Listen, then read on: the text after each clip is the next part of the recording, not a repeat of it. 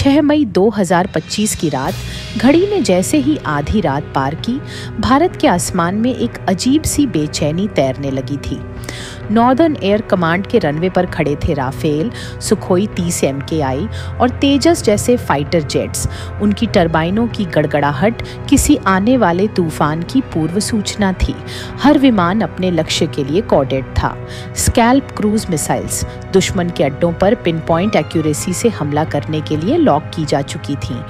Hammer bombs इमारतों को bunker समेत भस्म करने के लिए तैयार, और आसमान में मंडरा रहे थे आत्मघाती kamikaze drones, GPS guided, live feed से लैस, दुश्मन के ऊपर गिरने को तैयार। हर फाइटर, हर बम, हर ड्रोन एक ही नाम ले रहा था, ऑपरेशन सिंदूर। लेकिन असली दृश्य अभी बाकी था। हजारों किलोमीटर दूर दिल्ली के बेहद गोपनीय कमांड सेंटर में धुंधली रोशनी में चमकती डिजिटल स्क्रीन, घड़ी की हर टिक के साथ बदलते लाइव सैटेलाइट फीड, और उनके बीच शांत मगर प्रचंड NSA अजीत डोवाल। सामान्य आंखों को यह कमरा एक ऑपरेशन कंट्रोल रूम लग सकता था, लेकिन असल में यह युद्ध की प्रयोगशाला थी। बीते 12 दिनों से यहीं पर तैयार हो रही थी एक सर्जिकल साजिश, जिसका मकसद था न केवल आतंकवाद का बदला लेना, बल्कि दुनिया को यह दिखाना कि भारत अब केवल जवाब नहीं देता, बल्कि हिसाब भी बराबर करता है, और वो भी बिना शोर के, सटीकता से। हर सैटेलाइट से मिली इमेज, हर जासूस की रिपोर्ट, हर इंटरसेप्टेड कॉल कोड में तब्दील होकर इस कमरे की स्क्रीन पर चमक रही थी। अजित डोवल की निगाहें एक एक बिंदु पर केंद्रित थीं। मुजफ्फराबाद में सवाई नाला कैंप, मुजफ्फराबाद में सैयदना बिलाल कैंप, कोटली में गुलपुर कैंप, भीमबेर में बरनाला शिविर, कोटली में अब्बास कैंप, सियालकोट में सरजाल कैंप, सियालकोट पठानकोट वायुसेना बेस कैंप, मुरीदके में मरकज तैयबा कैंप, बहावलपुर में मरकज सुभान अल्लाह। यह जैश ए मोहम्मद का मुख्यालय है। हर टारगेट को ऐसे देखा जा रहा था जैसे एक सर्जन अपने ऑपरेशन से पहले देखता है, शांत, स्टेडी और बिल्कुल नर्म नस पर वार करने को तैयार।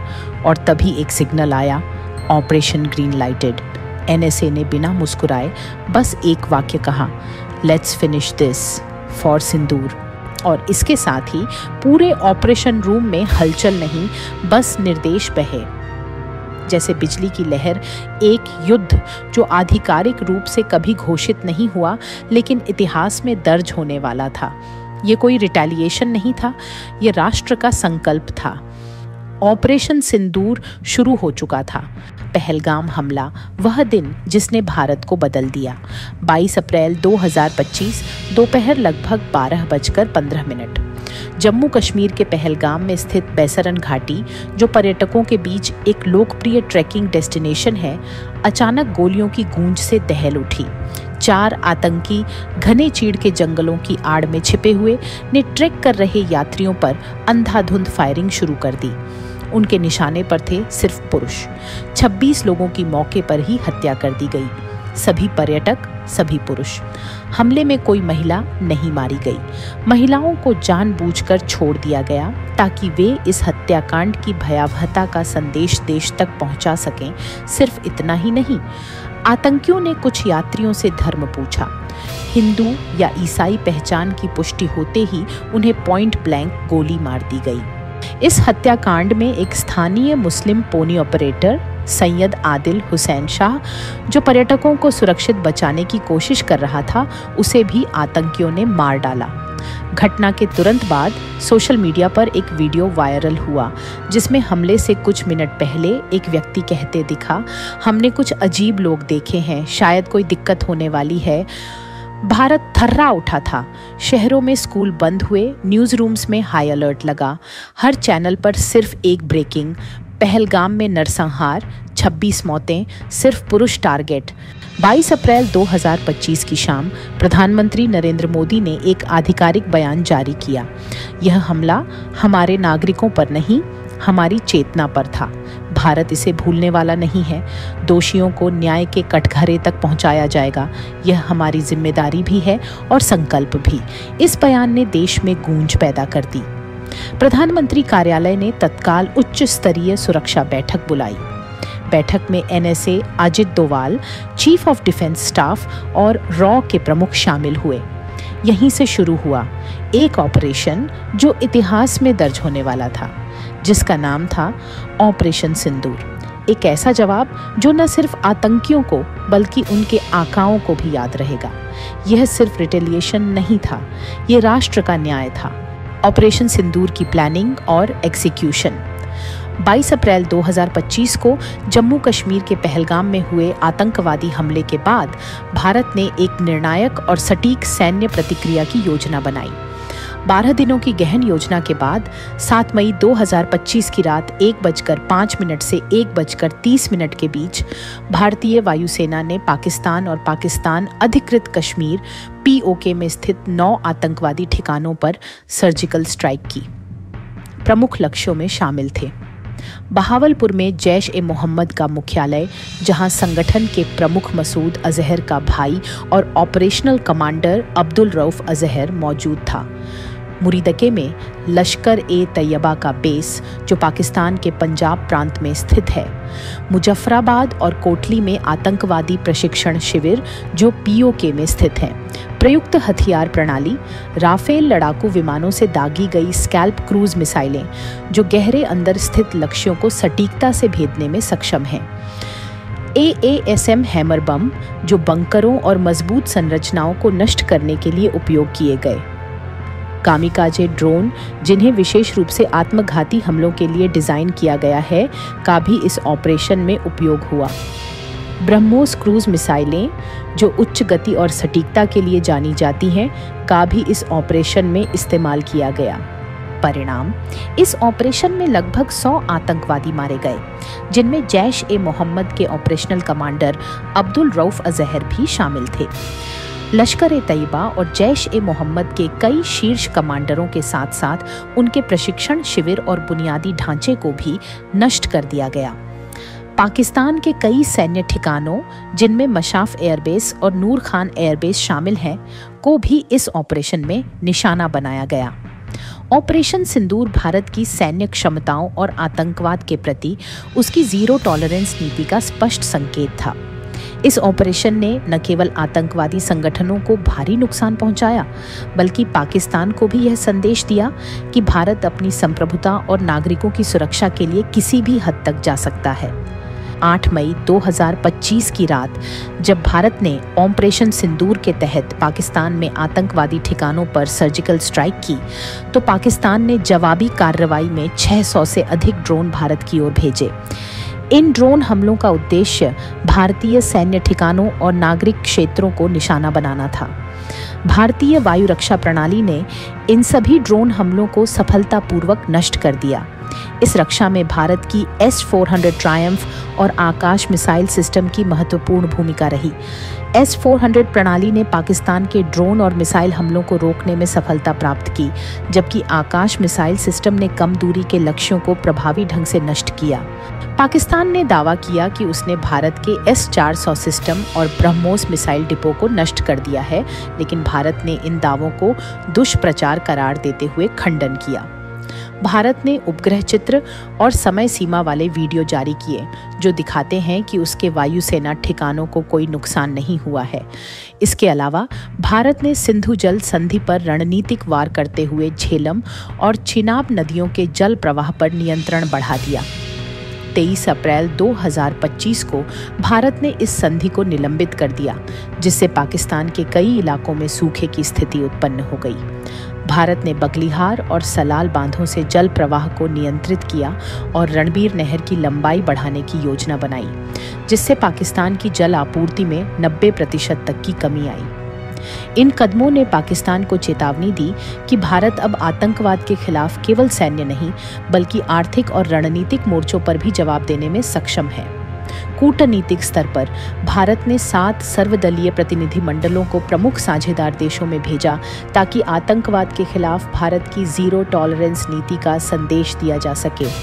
इन प्रतिनिधिमंडलों में विभिन्न राजनीतिक दलों के सदस्य शामिल थे, जिन्होंने विदेशों में सरकारों, मीडिया और नीति निर्माताओं से मुलाकात की। प्रधानमंत्री नरेंद्र मोदी ने राष्ट्र को संबोधित करते हुए स्पष्ट किया कि भारत अब आतंकवाद के खिलाफ कोई समझौता नहीं करेगा और आवश्यक होने पर निर्णायक कार्रवाई करेगा। उन्होंने कहा, अब आतंक का जवाब चुपचाप नहीं, निर्णायक रूप से दिया जाएगा।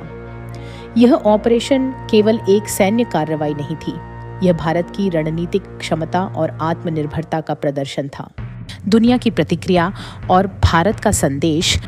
12 मई 2025 प्रधानमंत्री नरेंद्र मोदी ने राष्ट्र को संबोधित करते हुए कहा, आज हर आतंकवादी जानता है कि हमारी बहनों और बेटियों के सिंदूर को मिटाने का अंजाम क्या होगा। उन्होंने ऑपरेशन सिंदूर को न्याय की प्रतिज्ञा बताया और स्पष्ट किया कि भारत अब आतंकवाद के प्रति जीरो टॉलरेंस की नीति अपनाएगा। इस ऑपरेशन के बाद अंतर्राष्ट्रीय समुदाय की प्रतिक्रियाएं मिली-जुली रहीं। अमेरिका ने भारत के आत्मरक्षा के अधिकार का समर्थन किया, जबकि राष्ट्रपति ट्रंप ने तनाव कम करने की अपील की। रूस ने आतंकवाद के सभी रूपों की निंदा की और भारत को पूर्ण समर्थन का आश्वासन दिया। साथ ही लंबित सैन्य आदेशों को शीघ्र पूरा करने का वादा किया। इजराइल ने भारत के आत्मरक्षा के अधिकार का समर्थन किया और रक्षा सहयोग को और मजबूत करने की प्रतिबद्धता जताई।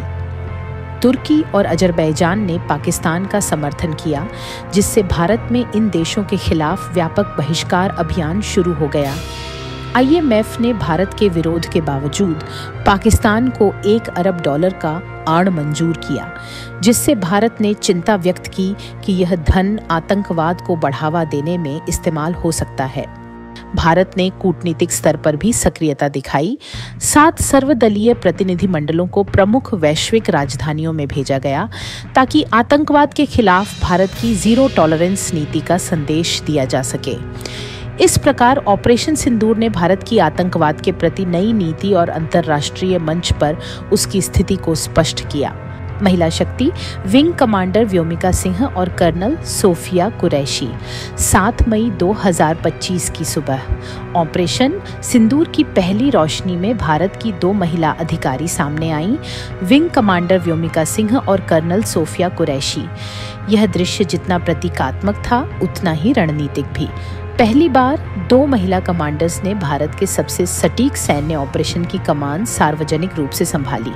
व्योमिका सिंह आकाश से संवाद। भारतीय वायुसेना की एक जांबाज हेलीकॉप्टर पायलट, 2500 से अधिक उड़ान घंटों का अनुभव। 2020 में अरुणाचल प्रदेश के खतरनाक इलाकों में उन्होंने रेस्क्यू मिशन को सफलतापूर्वक लीड किया। 2021 में माउंट मणिरंग 21,650 फीट की चढ़ाई की, तीनों सेनाओं की महिला टीम के साथ। प्रेस ब्रीफिंग में उन्होंने बताया, हमने लक्ष्य पर हमला किया लेकिन नागरिकों पर नहीं। यही है भारत की तकनीकी श्रेष्ठता। एस्कैल्प और हैमर जैसे निश वेपन्स की सटीकता से उन्होंने आतंक के अड्डों को धूल बना दिया। Colonel Sofia Qureshi cyber war की योद्धा, सिग्नल कोर की वरिष्ठ अधिकारी, 1999 से आतंकवाद विरोधी अभियानों का हिस्सा, 2006 में कांगो के UN मिशन में सेवा दी। 2016 में एक्सरसाइज फोर्स 58 में 40 सैनिकों की अगुवाई की। 18 देशों में इकलौती महिला कमांडर। ऑपरेशन सिंदूर में उनकी भूमिका, सटीक खुफिया विश्लेषण के जरिए उन्होंने 9 आतंकी टारगेट्स की लोकेशन को फाइनल किया। प्रेस में उन्होंने कहा, हमारे निशाने आतंकवादी थे और हमने केवल उन्हें ही मिटाया। ये सिर्फ एक प्रेस कॉन्फ्रेंस नहीं थी, ये था एक नया संदेश कि भारत की सुरक्षा सिर्फ पुरुषों की जिम्मेदारी नहीं, बल्कि नारी शक्ति भी अब रणभूमि में कंधे से कंधा मिलाकर खड़ी है। सिंदूर के नाम पर चला ये मिशन अब इतिहास में दर्ज है, एक ऐसी सुबह के तौर पर जब भारत की बेटियां भी युद्ध के नक्शे पर निर्णायक हस्ताक्षर कर रही थीं। ऑपरेशन सिंदूर ये सिर्फ एक सैन्य कार्रवाई नहीं थी, ये एक घोषणा थी भारत की नई सोच की। Now India strikes first, fast and flawless. ये उस भारत की तस्वीर है जो अब आतंक के हर ठिकाने का नक्शे पर नाम मिटा देने का मादा रखता है। जहां पहले हम प्रतिक्रिया में थे, अब हम प्रीएम्प्टिव हैं। जहां पहले हम चेतावनी देते थे, अब हम सर्जिकल वॉर करते हैं। 600 से ज्यादा दुश्मन ड्रोन ढेर, 9 आतंकी ठिकाने ध्वस्त, 100 से ज्यादा आतंकी मार गिराए गए और सबसे अहम भारत का नया संकल्प, जीरो टॉलरेंस टू टेररिज्म। ये ऑपरेशन सिर्फ पहलगाम के शहीदों को श्रद्धांजलि नहीं था, ये उन हर आतंकी के लिए एक खामोश चेतावनी थी। अब अगर आंख उठाओगे तो आंख नहीं, पूरा अड्डा उड़ा देंगे। पीएम मोदी के शब्दों में, अब भारत आतंक का जवाब चुपचाप नहीं, निर्णायक रूप से देगा। इस वीडियो को अंत तक देखने के लिए धन्यवाद। अगर आप भी मानते हैं कि भारत को अब सिर्फ सहना नहीं, सहनशीलता की सीमाओं से आगे बढ़ना चाहिए, तो इस वीडियो को शेयर करें ताकि हर कोना, हर देश, हर मंच तक भारत की नई नीति की गूंज पहुंच सके। जय हिंद, वंदे मातरम।